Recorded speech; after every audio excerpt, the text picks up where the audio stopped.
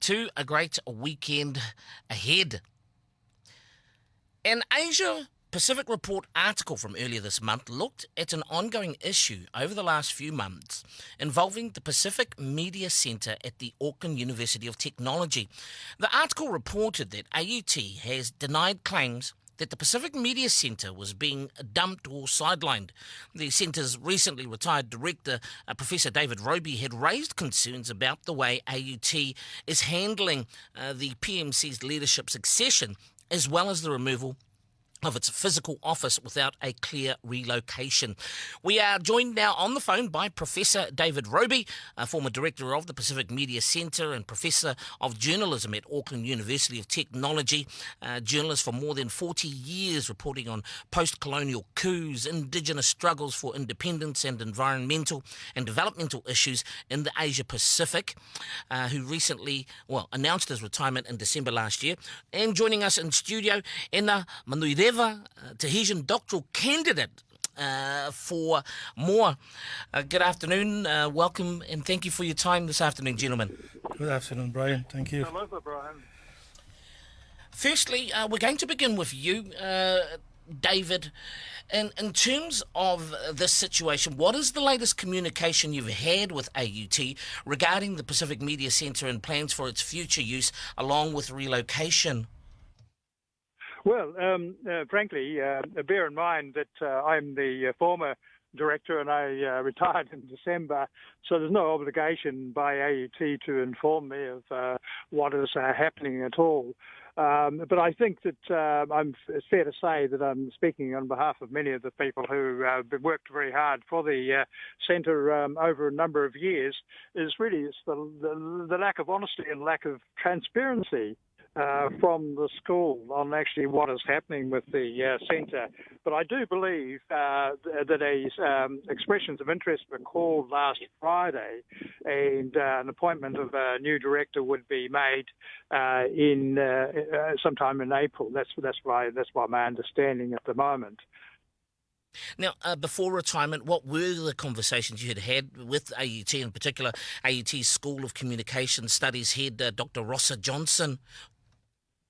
Well, we'd had a number of conversations and put up a number of representations, particularly because I had the Pacific Media Centre Advisory Board representing our stakeholders around the Asia Pacific region and so on, putting up representations. And frankly, the impression that I got overwhelmingly was that we weren't being listened to. The first inkling to you, other than the initial conversations, that something was amiss in terms of PMC that caused you concern, especially for its future and future direction as part of AUT ongoing? Well, I think it's clear that there was the lack of commitment quite some time ago. Although AUT was saying one thing, that they supported the centre and wanted to press ahead with it, all the actions over the last couple of years were very undermining if they were committed to continuing the centre. For a start, you would expect that the university would have appointed someone with a similar sort of background, a specialist in the Asia Pacific region, like myself, and there are a number of those around, but they weren't prepared to advertise openly for someone like that to be appointed. The appointment is going to be an internal one, and I understand from the expression of interest there's not even a special requirement of expertise in the Asia Pacific region. So it's hardly a signal that there's a commitment for Asia Pacific continuation of the centre. Now, I understand with the actual physical space there, where it was housed previously, all items have been removed from the office? That's right. I mean, it was quite extraordinary because it was done just after the Christmas period when many staff were not get consultation with anybody in the Pacific media, as I understand. And everything was just removed and packed up in boxes and put away in a locked office and so on. which I wrote to the university at the time, and I said, this is unconscionable for a university to be doing this. Effectively, it was 13 years of building up the centre, the mementos, the history, materials, theses, etc., were all just being shunted aside, sort of removing 13 years of work on the centre. With that, David, please give me an overview of the last 13 years of the Pacific Media Centre, its history as well as its contribution to journalism in the Pacific since opening. Well, I think it's been quite unique, the contribution in the region. There's no other centre like it in Australia or New Zealand or the Pacific. It's had very close connections and rapport with University of South Pacific in Fiji, University of Papua New Guinea in PNG and so on. And it's had a network of not only student journalists around the region, but actually working journalists in the region. And so it's made quite a contribution, especially with special projects such as the Bearing Witness Climate Change and also the Pacific Media Watch project, which enabled sort of professional experience for students as a bridging between their studies at AUT and going out into the workplace. And all those students have gone through those sort of projects that have gone on to tremendous jobs around the region. Now, in the same APR article, it said that there has been growing suspicion that AUT management will look to change the Asia-Pacific focus of the centre. Your thoughts, or elaborate on this, please? Well, the university denies it, of course, but we shall see very soon once they make an appointment and once they formalise the new directions of the centre.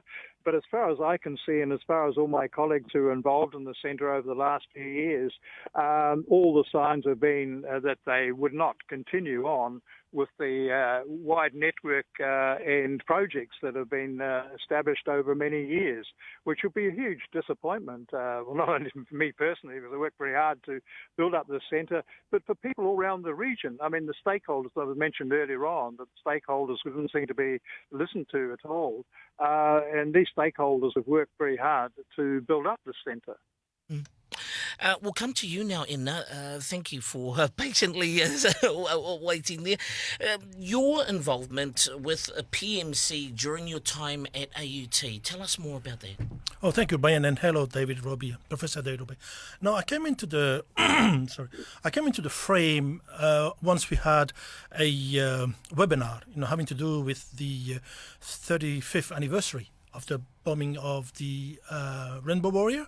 So we had when somebody who was organizing it, a professor in Canada, and then I got into meeting our dear friend Professor David Robie, and then we talked about how we can how we can present ourselves as for me, for example, as somebody who is from Maunga and who is as well in Tahiti, who's been involved and whose family has been involved in the fallout, of the. So that's how it started. So I met David, and then from then I decided that maybe I should write something about what happening at the time. So I had some contacts in Tahiti, especially with our independent leader, Oscar Temaru. So we had a discussion, and that's how it started. I started to be a contributor last year in November. So I wrote this article about Oscar Temaru, how the French are still trying to pin him down as somebody who wants to get away from the French, if you want, stronghold on our country and our government. So that's how I started it. Yeah. I wrote 4 or 5 different articles on the PMC. Yeah.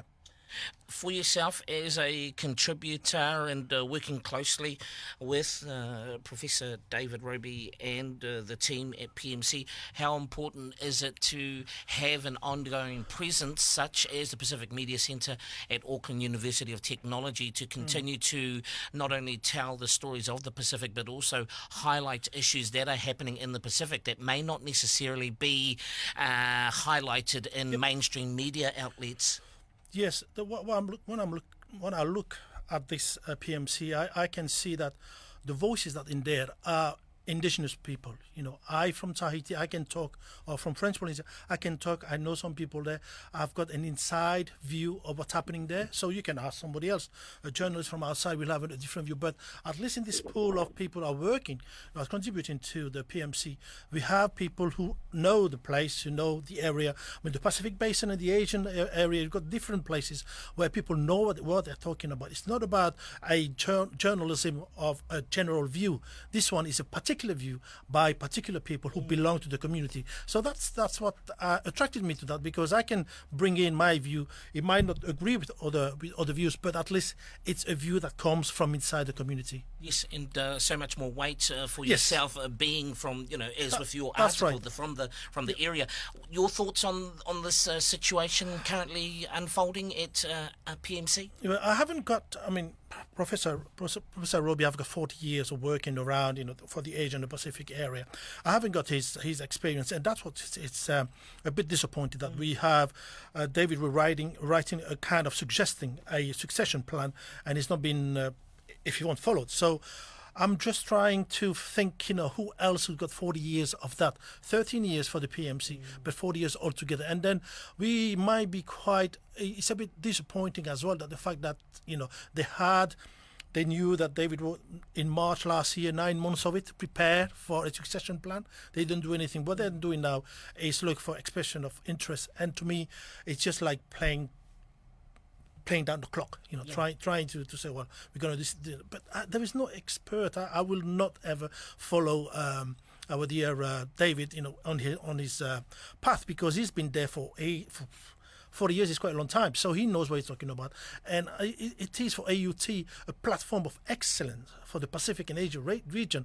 As he mentioned, David mentioned that we haven't got anything else, nowhere near the Australian coming up to us. So this is, to me, is the jewel for AUT, having a view from the Pacific and the Asian and trying to develop it. Not just, I know David is going to go, but there will be some people in there. I'll get involved in this. We have got another colleague who's involved as well in this. Somebody who knows about it, the region. So that's just it's stunning for me to see that people are not paying attention at the top. So that's what's happening. So it would be very very disappointed that it's not his message, or this PMC is not carried over and doing the same job. Bringing students in. I mean, most of the students that will be coming in will be Pacific Asian. That's what you need in the show diversity. That is it. You can get it through this PMC platform. Yes. Now, finally, for yourself, David, and of course, Ena, what action can be taken to ensure that there is, a presence for PMC at AUT moving forward, and maybe even to hold to account AUT for the responsibility of telling stories of our Pacific peoples? Well, I'd say that listening to the people who are actually involved in the centre now, there are two people that are really key and central to carrying the centre forward.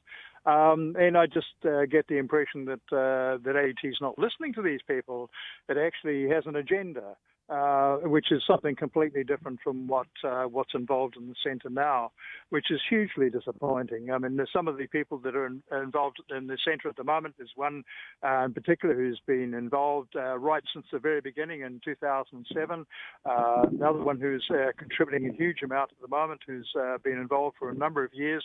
And they would continue the diversity approach that the centre would have. It just seems to me that the university is rather sort of not willing to continue with all the good work that's being done, which is a great pity. Professor David Robie and Ena Manuireva, thank you both for your time this afternoon. I greatly appreciate it in highlighting this issue. Thank you both, and have a great day. Thank you, Brian. It is 25 minutes past 1. Our news in Samoan is...